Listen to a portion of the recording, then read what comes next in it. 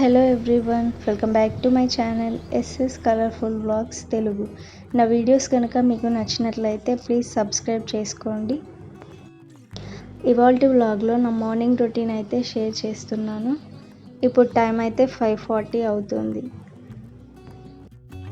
Morning ఇలా కిచెన్లోకి రాగానే నైట్ క్లీన్ చేసిన గిన్నెలన్నీ ఇలా సర్దేస్తున్నాను. ఇలా ఏ ప్లేస్లో ఉంచాల్సిన గిన్నెలన్నీ ఆ ప్లేస్లో పెట్టేస్తున్నాను. ఇలా చేయడం వల్ల కిచెన్ అనేది చాలా నీట్గా ఉంటుంది. ఇలా మార్నింగ్ లేవగానే గిన్నెలన్నీ సర్దేయడం వల్ల బ్రేక్ఫాస్ట్ చేయడానికి ఈజీగా ఉంటుంది. ఇలా గిన్నెలన్నీ సర్దేశాక ఇల్లు అయితే ఊడుస్తున్నాను. ఇల్లు ఊడవడం అయిపోయాక మాప్ కూడా పెట్టాను.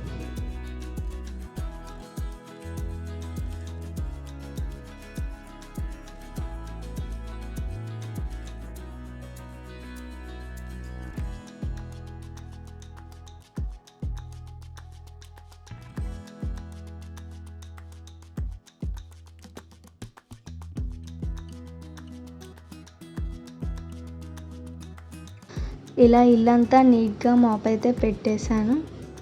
ఇలా మాప్ పెట్టడం అయిపోయాక ముగ్గు అయితే వేశాను.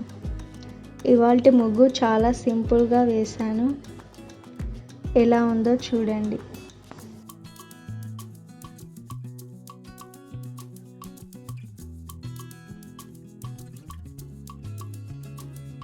ఇలా ఇంట్లో పనులన్నీ అయిపోయాక స్వీట్ అయితే చేశాను, గులాబ్ జామున్.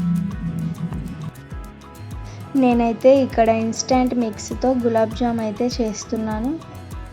ఫస్ట్ గులాబ్ జామున్ మిక్స్ని ఒక గిన్నెలోకి వేసి ఆ ఉండలన్నీ పోయేదాకా బాగా మిక్స్ చేశాను. ఆ తర్వాత వాటర్తో దాన్ని బాగా సాఫ్ట్గా కలపాలి. ఇలా గులాబ్ జామున్ పిండిని బాగా సాఫ్ట్గా అసలు ప్రెస్ చేసుకుంటూ కలపొద్దు, స్మూత్గా కలపాలి.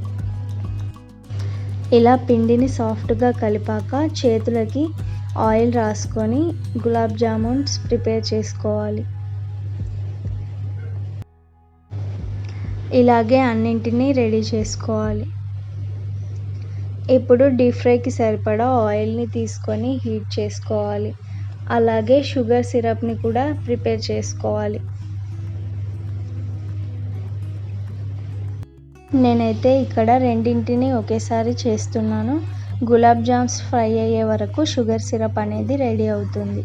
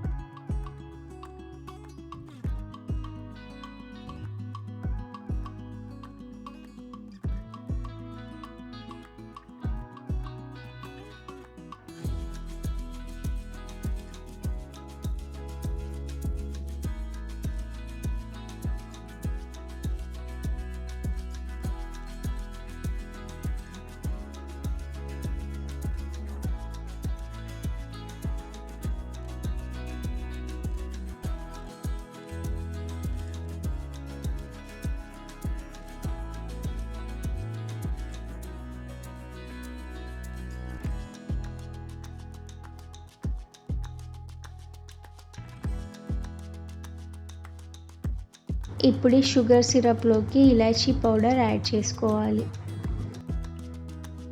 గులాబ్ జామ్స్ అన్నీ ఫ్రై చేయడం అయితే అయిపోయింది. అలాగే షుగర్ సిరప్ కూడా రెడీ అయింది.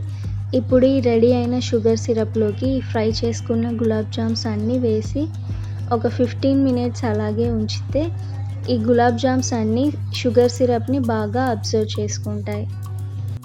గులాబ్ జామ్ అయితే తినేసాక లంచ్లోకి బెండకాయ ఫ్రై అయితే చేశాను.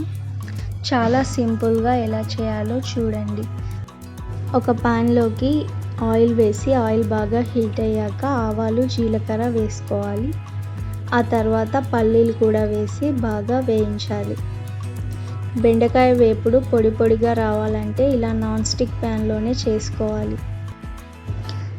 పల్లీలు బాగా వేగాక ఇప్పుడు దీంట్లోకి తరిగి పెట్టుకున్న పచ్చిమిర్చిని యాడ్ చేసుకోవాలి. ఇలా పచ్చిమిర్చి వేసాక దాంట్లోకి కొద్దిగా సాల్ట్ యాడ్ చేసుకోవాలి. అలాగే ముందుగా తరిగి పెట్టుకున్న ఆనియన్స్ని కూడా యాడ్ చేసుకోవాలి. ఇలా ఆనియన్స్ పచ్చిమిర్చి బాగా వేగాక అల్లం వెల్లుల్లి పేస్ట్ని కూడా యాడ్ చేసుకోవాలి.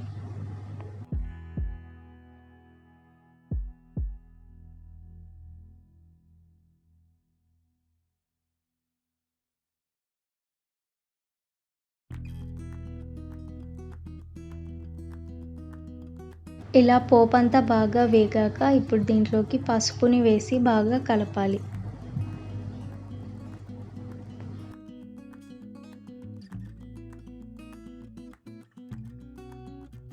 ఇలా పసుపు కూడా వేసాక ముందుగా సన్నగా తరిగి పెట్టిన బెండకాయ ముక్కల్ని దీంట్లోకి యాడ్ చేసుకోవాలి.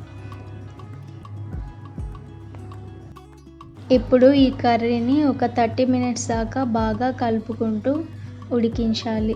మూత అయితే అస్సలు పెట్టొద్దు, బెండకాయల నుండి జిగురు అనేది వస్తుంది. ఇప్పుడు దీంట్లోకి కర్రీకి సరిపడా మొత్తం సాల్ట్ని వేసుకోవాలి. ఇలా సాల్ట్ వేసాక ఒక 30 మినిట్స్ తర్వాత అయితే కర్రీ ఇలా అవుతుంది. ఇప్పుడు దీంట్లోకి కొత్తిమీరని వేసి బాగా మిక్స్ చేసుకొని మరొక 10 మినిట్స్ ఉంచితే ఎంతో టేస్టీ అండ్ సింపుల్ అయిన బెండకాయ ఫ్రై అయితే రెడీ అవుతుంది. ఇలా కర్రీ అంతా అయ్యాక ఇప్పుడు వేయించిన నువ్వుల పొడిని ఒక 2 టీ స్పూన్స్ వేసుకోవాలి. ఇలా నువ్వుల పొడి వేయడం వల్ల కర్రీకి మరింత టేస్ట్ వస్తుంది.